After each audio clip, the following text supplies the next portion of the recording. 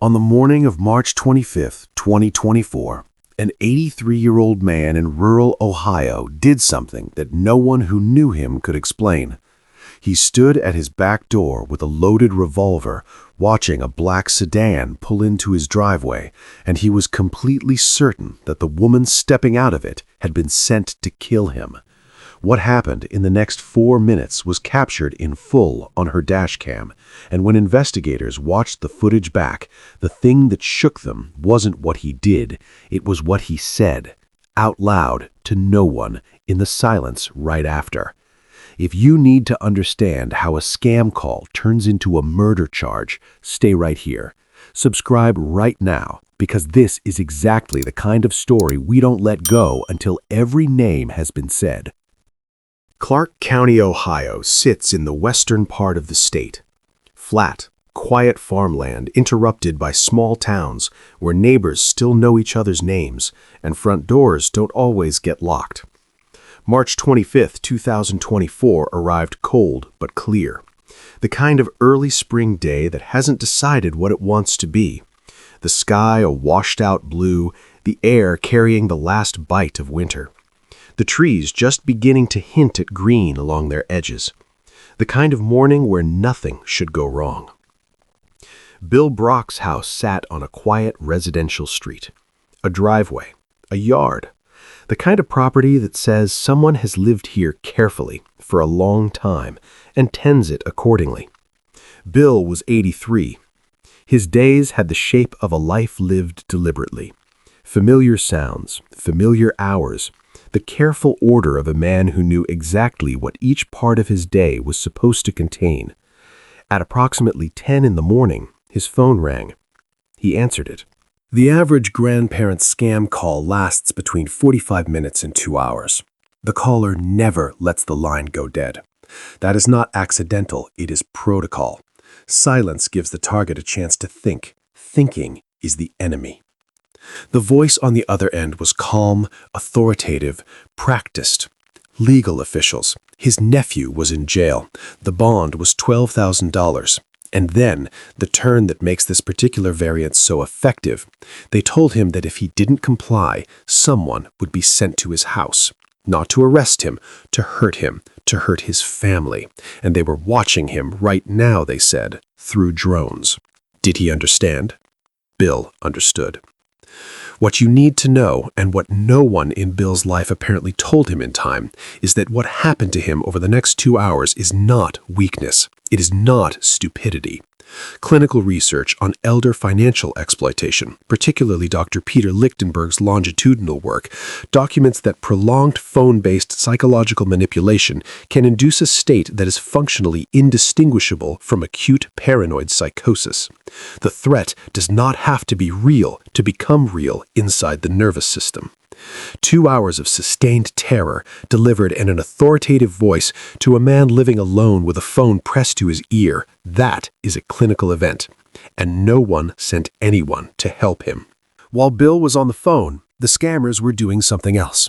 They opened the Uber app. They entered Bill's address as the pickup location. They did not call a hitman. They called a driver. Lolita Hall, 61, accepted the fare. She had been driving Uber for a living. The gig economy's promise of flexibility, the reality of long hours and strangers in the back seat.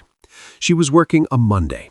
She had done absolutely nothing to deserve what was coming, and she would never understand in the time she had left exactly why it happened to her.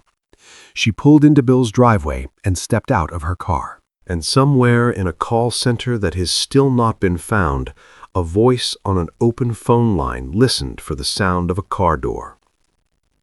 From inside his house, Bill Brock heard a car pull into the driveway. He had been told they were coming.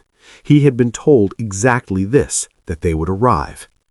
His mind, compressed by 2 hours of sustained psychological assault, did not process Uber driver.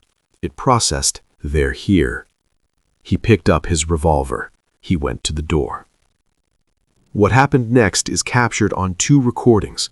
Lolita's dashcam mounted on her windshield and running continuously, and Bill's own 911 call, which he made himself during the confrontation. He believed he was reporting the arrival of the hit squad to authorities. Think carefully about that. He called 911. He was not hiding. He was not panicking. He was convinced with every cell of his terrorized mind that he was doing the right thing, that he had caught one of them, that he was protecting his family, that he was the one doing the right thing. That is what 2 hours of manufactured paranoia looks like from the inside. Lolita approached the door. She was carrying her phone, the way every Uber driver does, using it for navigation, for job confirmation, for contact with the passenger. But Bill had been told to look for exactly that. The scammers had told him the people coming would have a phone. They would use it to coordinate. They would use it to signal the others. He saw her phone. He saw confirmation of everything he'd been told. In 2023, the FBI's Internet Crime Complaint Center reported that grandparent scams alone cost American seniors over $600 million. Elderly victims are not targeted because they are less intelligent. They're targeted because they are statistically more likely to have savings, more likely to live alone, and more likely to be isolated from the social networks that provide real-time reality checks when something feels wrong. Bill ordered her to give him her phone. Lolita, who had no idea what was happening, tried to explain. She was a driver. She was just there for a pickup. She was harmless. But Bill could not hear harmless. That frequency had been jammed. What he heard was exactly what the voice had prepared him to hear. A cover story. The thing they say when they're caught. He blocked her car, physically positioned himself to prevent her from leaving. Under Ohio law, specifically ORC Section 20905.01, the moment Bill prevented Lolita from leaving through force or threat of force, he committed kidnapping. This is not a technicality. It is a separate and deliberate crime, and it happened before the first shot was fired. The escalation was not a single explosive moment. It was a sequence of choices, each one closing another exit. She tried to get back in her car. He raised the revolver. The dash cam was running. The sun was flat and cold on the concrete. Now, the thing that shifts everything you thought you understood about this story. Bill Brock did not snap. He did not lose control and reach for something primal. He called 911 in the middle of it to report what he genuinely believed was a criminal threat. He was operating inside a fully coherent internal logic, a logic that had been constructed for him from outside by strangers who spent 2 hours learning exactly which levers to pull. He was not psychotic in the clinical or legal sense. He knew what he was doing. He believed completely in why he was doing it, which means the people who built that logic, who selected him, manipulated him for 2 hours and dispatched an innocent woman to his door knowing he was armed, they knew exactly what they were doing too. Bill looms over her, his hand shaking as he levels a black revolver at her chest. Lolita stumbles backward, palms open, her smartphone held away from her body like she is surrendering it. "Help! Somebody help me!" she screamed, her voice breaking at the top of her register, the sound of a person who cannot believe this is actually happening. "You're not leaving," Bill said. "I know what you're after." He fired. The sound cracked across the quiet neighborhood. Lolita collapsed near her car, clutching her shoulder. She was sobbing, hyperventilating, the sounds a body makes when it has been shot and the mind has not caught up yet. "Please, please don't shoot me anymore," she wept, her voice barely above a gasp. "I'll give you anything." Bill looked at her phone. He looked at it the way you look at something that contains proof, something that is still dangerous even on the ground. "Give me that," he said. "I'll kill you in the head." He stood over her. The dash cam recorded. The birds in the yard kept moving.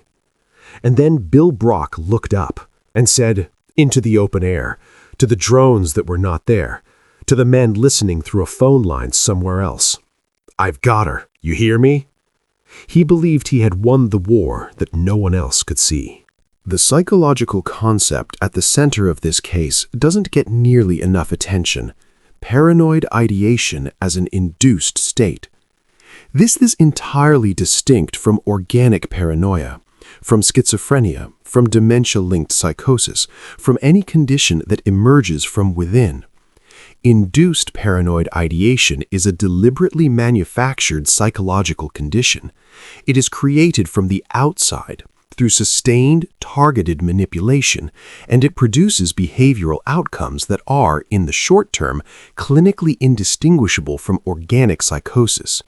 The victim doesn't drift into it, they are walked into it, step by deliberate step, by someone who knows exactly where the destination is. The scammers who targeted Bill Brock followed a textbook protocol. First, establish authority: legal officials, courts, law enforcement. Second, introduce a loved one as leverage: the nephew, in jail, in danger. Third, escalate to existential threat: someone is coming to your house, someone will hurt your family, you cannot stop it unless you cooperate. Fourth, enforce isolation: do not tell anyone, do not call the police. Fifth, maintain continuous contact, never let the line go dead. If the victim hangs up, the manufactured reality has a chance to dissolve. This is not improvised. It is a rehearsed script.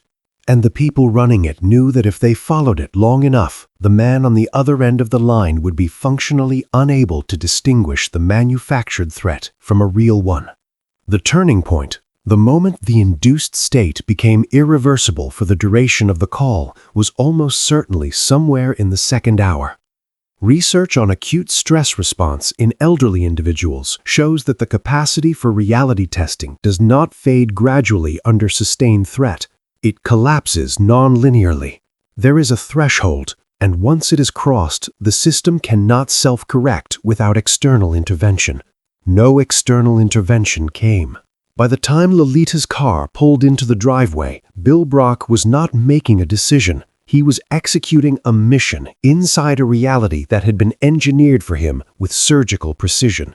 His 911 call is the most devastating evidence of this. He was not covering anything up. He was reporting the threat in real time, because inside his manufactured reality, he was the one doing the right thing. The legal outcome interacted with this psychological reality in a way that is genuinely difficult to sit with cleanly. Ohio's McNaughton Standard, as reaffirmed in State v. Curry 45 Ohio State.9, requires that a defendant not know the nature of the act or that it was wrong. Bill Brock knew he was shooting someone. He knew she would be harmed. He believed she deserved it. Under the law, that knowledge is sufficient. The induced state is not an excuse because the law was not designed for induced states. And yet, Lolita Hall is dead because strangers decided to use an 83-year-old man's love for his nephew as a loaded weapon, aimed him at an innocent woman, and walked away clean. The law reached Bill. It did not reach them. In January 2026, a Clark County jury convicted Bill Brock of murder, kidnapping, and felonious assault. He was sentenced to 15 years to life in prison. He is 83 years old. The courtroom was quiet when the sentence came down. That is how these moments always go. The families of victims learn that the word justice does not fill the space that a person leaves behind. The sentence was read. The gavel landed, and somewhere, in a call center that law enforcement has not yet found, the people who built the trap that caught both Bill Brock and Lolita Hall continued their work on the next name, the next phone number, the next terrified elderly person sitting alone. The prosecutor argued, correctly, that Lolita Hall was defenseless, that she was retreating, that she never had a weapon, never posed a threat, and died on a stranger's driveway because she accepted a fare on a Monday morning. These are facts. They are not in dispute. What is in dispute, and what will remain in dispute long after this video ends, is whether justice was actually served. Not whether the verdict was legally correct. It was. but whether the people who deserve to be in that courtroom facing those charges have been held accountable. Bill Brock will almost certainly die in prison. He is not innocent of what happened in that driveway. But there is a version of the felony murder doctrine, argued at its outer edge, tested against novel facts, that could potentially reach the architects of that driveway. Under Ohio Revised Code 2903.02b, murder charges can attach when death results from a predicate felony. The fraud, the extortion, the telecommunications crimes committed against Bill Brock, those are the predicate. Dispatching Lolita through the Uber app to the address of a man they knew was armed and 2 hours into a manufactured breakdown, with the full expectation of collecting cash, that is the mechanism. No prosecutor has yet made that argument, maybe because the scammers haven't been found. Maybe because the legal theory requires a court willing to extend the doctrine beyond its current boundary. Maybe because no one is looking hard enough. Lolita Hall deserves a verdict that stops asking who was holding the gun and starts asking who loaded it. What happened to Lolita Hall was not a tragedy in the sense of an accident or a misfortune. It was the intended outcome of a deliberate process, a process that is running right now, today, on other phones, in other quiet houses, being run against other elderly people who are alone and afraid and trying to protect the people they love. The only difference is that those calls haven't ended yet. If you know someone elderly who lives alone, call them. Not later, not when you get around to it. Because the next person who picks up that call may not realize the Uber driver in the driveway is innocent until it is too late for both of them. Subscribe right now if you think the architects of this case should face murder charges, and share this if you believe the law needs to reach further than the person holding the gun. This conversation doesn't end here. I would love to read your thoughtful opinion in the comments section.